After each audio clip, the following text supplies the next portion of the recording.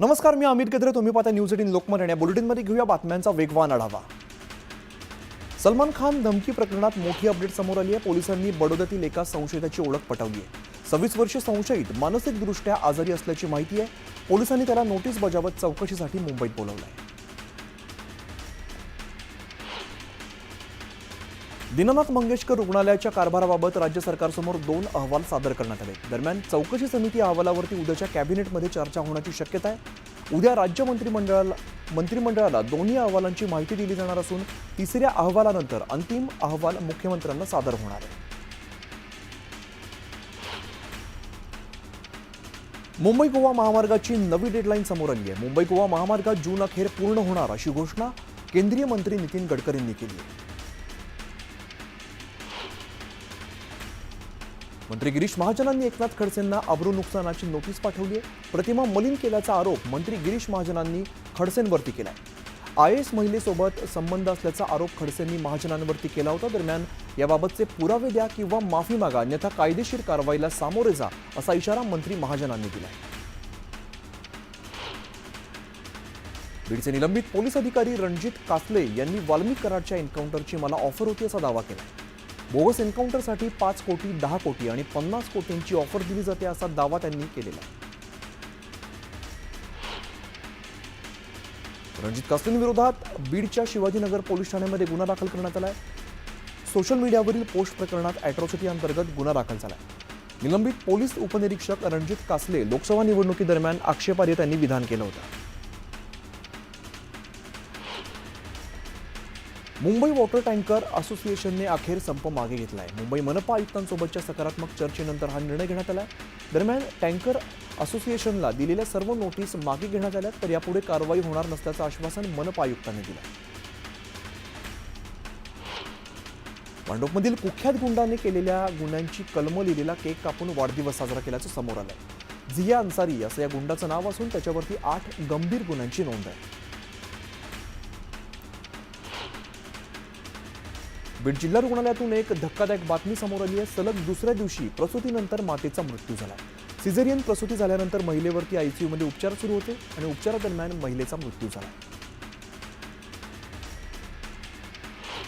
भाजपच्या माजी खासदार नवनीत राणा यांनी ममता बॅनर्जींवरती जोरदार प्रहार केला. पश्चिम बंगालमध्ये सत्तेवरती असल्यापासून ममता दिदी यांनी हिंदूंवरती अत्याचार केलेत. जेव्हा जेव्हा निवडणुका येतात तेव्हा हिंदूंच्या घरांवरती हल्ले केले जातात. त्यामुळे गरज पडल्यास पश्चिम बंगालमध्ये जाणार असल्याचं राणा म्हणाल्या. अर्थ खात्याचे निर्णय सल्लागारांच्या मदतीने होणार आहेत, यावरून रोहित पवारांनी महायुतीला टोला लगावलाय. आर्थिक सल्लागार पद म्हणजे दादांच्या खात्यात घुसखोरी असल्याचं रोहित पवार म्हणाले. आधी एकनाथ शिंदेंच्या खात्यात घुसखोरी केली, आता अजित पवारांचा नंबर असं म्हणत रोहित पवारांनी अजित पवारांवर निशाणा साधला. कोण कुठल्या शाळेत शिकला किंवा सोन्याचा चमचा घेऊन जन्माला आला यापेक्षा सामाजिक बांधिलकी महत्त्वाची असते. कोणतंही पद नसताना मी एवढं काम केलं, तुमच्याकडे कॅबिनेट मंत्री पद आहे, याचा सुयोग्य वापर करा असा सल्ला देत रोहित पवारांनी गुलाबराव पाटलांच्या टीकेला उत्तर दिलंय. डॉक्टर बाबासाहेब आंबेडकर यांचा पुरोगामी विचारांचा महाराष्ट्र विळख्यात सापडलेला आहे अशी टीका सामनामधून करण्यात आली होती. या संदर्भात विचारल्यावर प्रफुल्ल पटेलांनी राऊतांवरती निशाणा साधलाय. आलतू फालतू वर्तमानपत्रातल्या अग्रलेखाबद्दल मला कशाला विचारता अशी प्रतिक्रिया पटेलांनी दिली. सोलापूर कृषी उत्पन्न बाजार समितीच्या निवडणुकीत भाजप आमदार सचिन कल्याण शेट्टी यांच्या नेतृत्वात भाजप आणि काँग्रेस एकत्र निवडणूक लढवणार आहे. भाजपचे आमदार सुभाष देशमुख आणि आमदार विजयकुमार देशमुख यांना देखील सोबत येण्याचं आवाहन कल्याण शेट्टींनी केलं.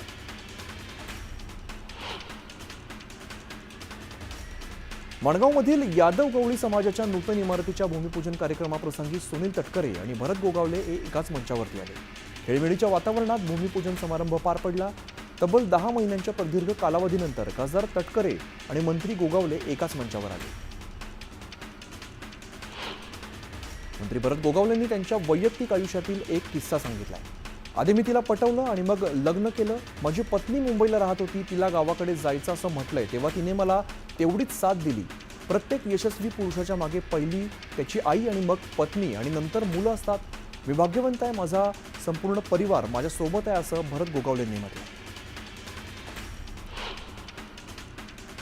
मालवणच्या राजकोट किल्ल्यावर छत्रपती शिवाजी महाराजांचा पूर्णाकृती पुतळा बसवण्याचं काम अंतिम टप्प्यात असून या महिन्यात ते पूर्ण होण्याची शक्यता आहे. दरम्यान मंत्री आशिष शेलार आणि नितेश राणेंनी महाराजांचा पुतळा उभारणीच्या कामाची पाहणी केली. टेंभुर्णीतल्या सोलापूर पुणे महामार्गावर गॅसची सर्रास तस्करी होत असल्याचा प्रकार समोर आला. राष्ट्रवादीचे नेते संजय पाटील यांनी व्हिडिओसह या तस्करीचा पर्दाफाश केला. संपूर्ण प्रकरणाची चौकशी करण्याची मागणी त्यांनी मुख्यमंत्र्यांकडे केली. दोडामार्ग तालुक्यातील मोर्ले गावात रानटी हत्तींच्या हल्ल्यात लक्ष्मण यशवंत गवस या शेतकऱ्याचा जागीच मृत्यू झालाय. या घटनेनंतर सिंधुदुर्ग जिल्ह्याचे पालकमंत्री नितेश राणेंनी मोर्ले गावात गवस कुटुंबियांची भेट घेतली. धनंजय मुंडेंनी डॉक्टर बाबासाहेब आंबेडकरांच्या जयंतीनिमित्ताने परळी शहरातील रेल्वे स्थानक परिसरातल्या बाबासाहेबांच्या पुतळ्याला पुष्पहार अर्पण करत अभिवादन केलं. मंत्रिपदाचा राजीनामा दिल्यानंतर धनंजय मुंडे पहिल्यांदाच सार्वजनिक कार्यक्रमामध्ये सहभागी झाले. छत्रपती संभाजीनगरमध्ये आंबेडकर जयंतीनिमित्ताने भव्य मिरवणूक काढण्यात आली. यावेळेला आंबेडकरांच्या अनुयायांनी डीजेच्या तालावरती ठेका धरला. यावेळेला पालकमंत्री संजय शिरसाट हे सुद्धा उपस्थित होते. अकोल्याच्या जुना बस स्थानक परिसरात बाबासाहेबांची जयंती साजरी करण्यात आली. यावेळेला आमदार अमोल मिटकर यांनी भीमगीत गात बाबासाहेबांना अभिवादन केलं.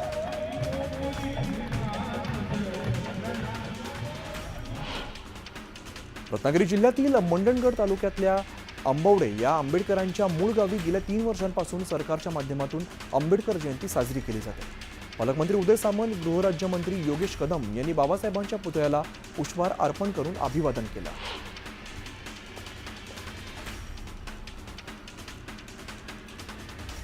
बुलढाण्यात बाबासाहेब आंबेडकर जयंती जल्लोषात साजरी करण्यात आली. खामगावसह ठिकठिकाणी मिरवणुकी काढण्यात आल्या. यावेळेला डीजेच्या तालावरती नागरिकांनी ठेका धरला.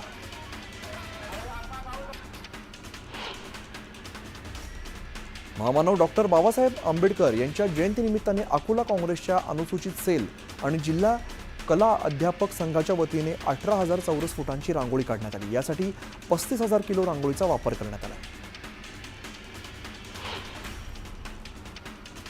नारायणगावच्या पाळधी गावात बाबासाहेबांच्या जयंतीनिमित्ताने भव्य मिरवणूक काढण्यात आली. पालकमंत्री गुलाबराव पाटलांनाही या मिरवणुकीत सहभाग घेतलेला होता. यावेळेला त्यांनी कार्यकर्त्यांसह ठेका धरला. डॉक्टर बाबासाहेब आंबेडकरांच्या 134व्या जयंतीनिमित्ताने वडाळ्यातील न्यू म्हाडा कॉलनी E5 या बिल्डिंगमधील रहिवाशांनी बाबासाहेबांना अनोखी मानवंदना दिली. बाबासाहेबांनी सर्वसामान्यांच्या हक्कांसाठी केलेल्या विविध कायद्यांचा देखावा यावेळेला सादर करण्यात आला.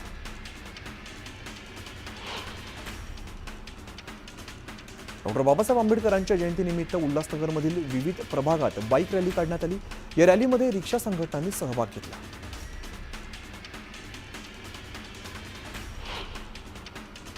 छत्रपती संभाजीनगरमध्ये सार्वजनिक भीम जयंती महोत्सव समितीकडून बाबासाहेबांची जयंती साजरी करण्यात आली. भव्य चरित्र रथातून बाबासाहेबांना मानवंदना देण्यात आली. बुलढाणा जिल्ह्यातील जळगाव जामोदच्या मुख्य चौकाला डॉक्टर बाबासाहेब आंबेडकरांचं नाव देण्यात आलं. तसंच या चौकात उभारण्यात आलेल्या बाबासाहेब आंबेडकरांच्या स्मारकाचं लोकार्पण सोहळा पार पडला. यावेळेला आमदार संजय कुटेंनी डीजेच्या तालावरती ठेका धरला. गोंदियात विविध ठिकाणी बाबासाहेबांची 134वी जयंती उत्साहात साजरी करण्यात आली. बाबासाहेबांना अभिवादन करण्यासाठी नागरिकांनी मोठी गर्दी केली. परभणीत दिव्यांग बांधवांनी बाबासाहेबांची जयंती उत्साहात साजरी केली. शहरातील प्रमुख रस्त्यांवरून रॅली काढत बाबासाहेबांना अभिवादन करण्यात आलं. अमरावतीच्या आयर्विन चौकात बाबासाहेबांना अभिवादन करण्यासाठी हजारो आंबेडकरी अनुयायांची गर्दी बघायला मिळाली. खासदार बळवंत वानखडेंनी देखील यावेळेला बाबासाहेबांना अभिवादन केलं. मुंबई अहमदाबाद महामार्गाला जोडणारा सातवली रोडवरती प्रचंड वाहतूक कोंडी झाली. दरम्यान या वाहतूक कोंडीमध्ये एक रुग्णवाहिका सुद्धा अडकलेली होती. वारंवार वाहतूक कोंडी होत असल्यामुळे ट्रॅफिक पोलिसांची नेमणूक करण्याची मागणी करण्यात आली. पुण्याच्या औरोळी देवाचीमध्ये भंगाराच्या गोदामाला भीषण आग लागली. दरम्यान अग्निशमक दलाकडून आगीवरती नियंत्रण मिळवलं. सुदैवाने कोणतीही जीवितहानी झालेली नाही. पुण्याच्या धानोरीतील एका सोसायटीत 3 सशस्त्र व्यक्तींनी घुसखोरी केल्याची घटना घडली. काळ्या कपड्यांमध्ये आणि हातामध्ये कोयत्यासारखी शस्त्र घेऊन हे 3 जण सोसायटीमध्ये घुसले. ही संपूर्ण घटना सीसीटीव्ही कॅमेऱ्यात कैद झाली. उल्हासनगर पालिकेच्या प्रवेशद्वारावरती दिव्यांगांनी डॉक्टर बाबासाहेब आंबेडकर यांची प्रतिमा आणि संविधान हातात घेऊन आंदोलन केलं. दिव्यांगांच्या मानधनात वाढ करण्यासह विविध मागण्यांसाठी हे आंदोलन करण्यात आले. जळगावच्या चोपडा तालुक्यात गारपीट आणि अवकाळी पावसामुळे शेतकऱ्यांचं मोठं नुकसान झालंय. दरम्यान या संदर्भात आमदार चंद्रकांत सोनवणे यांनी बैठक बोलावून आढावा घेतलाय. नुकसानग्रस्त शेताचे पंचनामे करण्याचे आदेश यावेळेला देण्यात आले. जळगाव जिल्ह्याला सलग दुसऱ्या दिवशी वादळी वाऱ्यासह गारपिटीचा फटका बसलाय. अवकाळीमुळे केळी, मका आणि कांद्याचं पिकांचं मोठं नुकसान झालेलं आहे. तात्काळ पंचनामे करून नुकसान भरपाई देण्याची मागणी शेतकरी करतात.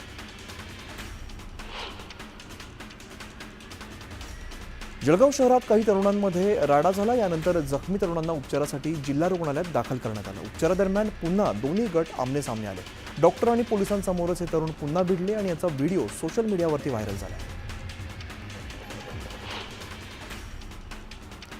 नंदुरबारमधील रस्त्यावरून जात असलेला भला मोठा टँकर सर्वांचं लक्ष वेधून घेतोय. पुण्याहून राजस्थानकडे जाणारा टँकर 3 महिन्यांपासून प्रवास करतोय. अमरावती जिल्ह्याच्या शिरपेचा पुन्हा एकदा मानाचा तुरा रोवला गेलाय. अमरावतीचे रहिवासी असलेले न्यायमूर्ती भूषण गवई देशाचे सरन्यायाधीश होणार आहेत. खासदार बळवंत वानखडेंनी भूषण गवईंचं अभिनंदन करत आनंद व्यक्त केलाय. नांदेडमध्ये खालसा स्थापना दिवस उत्साहात साजरा करण्यात आला. खालसा स्थापना दिनानिमित्ताने नांदेडमधील सचखंड गुरुद्वारात मिरवणूक काढण्यात आली आणि यानंतर प्रतिकात्मक हल्लाबोल करण्यात आला. राहुरीमध्ये काही दिवसांपूर्वी महापुरुषांच्या पुतळ्याची विटंबना करण्यात आली होती. दरम्यान आरोपीला अद्याप ताब्यात न घेतल्यामुळे माजी मंत्री प्राजक्त तनपुरेंनी उपोषण सुरू केलं. त्यांच्या उपोषणाला स्वाभिमानी शेतकरी संघटनेसह ग्रामस्थांनी पाठिंबा दिला आहे. Big boss Marathi fame Suraj Chavan लवकरच झापूक झुपूक या सिनेमाच्या माध्यमातून पुन्हा प्रेक्षकांच्या भेटीला येणार आहे. नुकताच या चित्रपटाचा ट्रेलर अभिनेता रितेश देशमुखच्या हस्ते लॉन्च करण्यात आला असून सोशल मीडियावरती या ट्रेलरला उत्स्फूर्त प्रतिसाद मिळतोय. भिवंडीतील श्री बागेश्वर बालाजी सनातन मठाचा लोकार्पण सोहळा पार पडला. यावेळेला धीरेंद्र शास्त्री महाराजांच्या उपस्थितीत धार्मिक विधी पार पडले.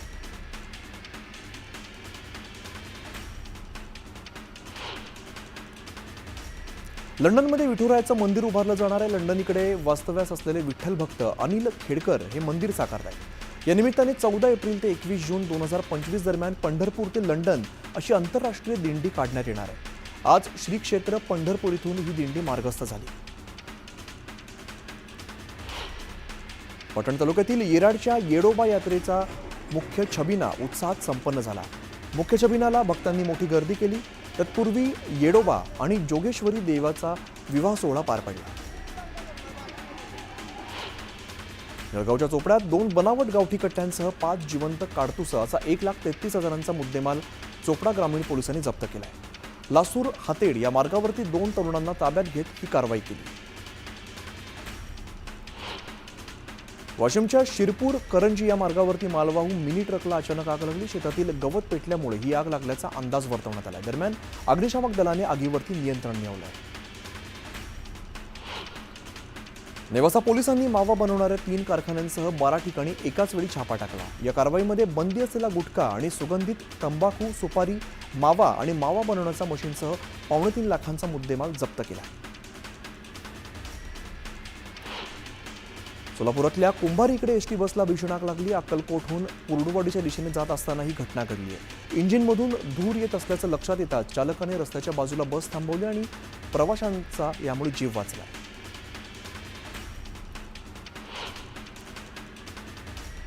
एका 19 वर्षीय मित्राने आपल्याच अल्पवयीन मित्राला कोल्ड्रिंकमध्ये विष देऊन मारल्याचा प्रकार समोर आला. नागपूरच्या हुडकेश्वर पोलीस स्टेशनच्या हद्दीमध्ये धक्कादायक घटना घडली आहे. मृत मित्र श्रीमंत घरचा असल्यामुळे तो श्रीमंती दाखवत होता. याचा हेवा वाटत असल्यामुळे ही हत्या केल्याचा पोलीस तपासात पुढे आला. वर्ध्याच्या साहूरमध्ये एसटी बसचा अपघात झालाय. अनियंत्रित बस थेट टोल नाक्याच्या दुभाजकावरती चढली आहे. स्टेअरिंग लॉक झाल्यामुळे हा अपघात झाल्याची माहिती.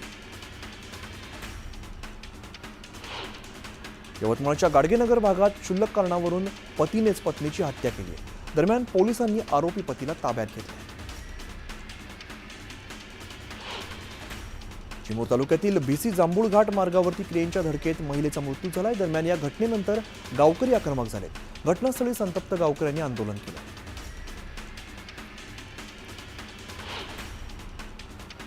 डहाणूच्या महालक्ष्मीकडे सुरू असलेल्या यात्रोत्सवाजवळील जंगलाला भीषण आग लागली। या आगीमध्ये 2 ते 3 किलोमीटरचा भाग जळून खाक झाला। या आगीचं रूपांतर वणव्यात झालं असून वनसंपत्तीचं मात्र यात मोठं नुकसान झालं।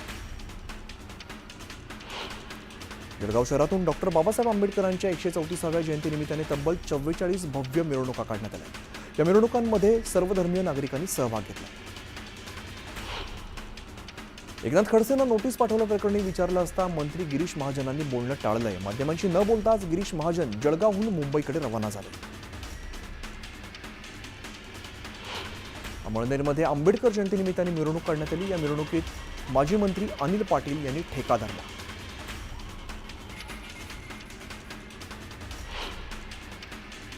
या सगळ्या वेगवान घडामोडीनंतर एक छोटासा ब्रेक लगेचच परत होतोय। पाहत राहा न्यूज 18 लोकमत।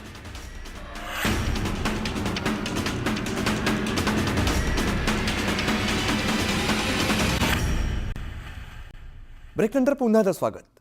छत्रपती संभाजीनगरमध्ये आंबेडकर जयंतीनिमित्ताने भव्य कुस्तीची दंगल पार पडली। हरियाणा आणि इराणच्या पैलवानांमध्ये अंतिम सामना पार पडला।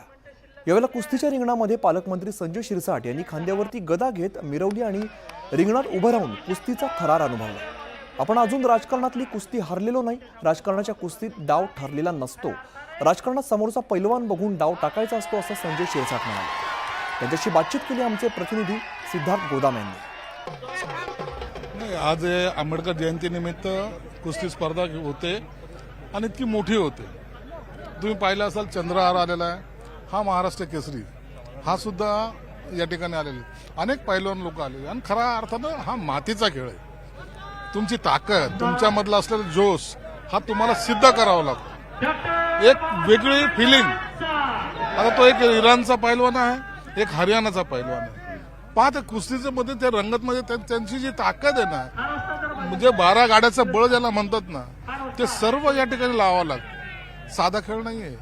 राजकारणामध्ये अनेक खेळ खेळलेत, परंतु मैदानी खेळ खेळणं त्याच्यापेक्षाही अवघड आहे। मी तो राजकारणाचा प्रश्न तुम्हाला विचारेल नंतर शेवटी, पण काय म्हणाल एकंदरीतच अशा पद्धतीच्या कुस्तीच्या स्पर्धा 14 एप्रिलमध्ये सहसा बघायला भेटत नाही। 14 एप्रिल निमित्त DJ लावणं, मिरवणूक काढणं, ह्या सगळ्या गोष्टी होतात।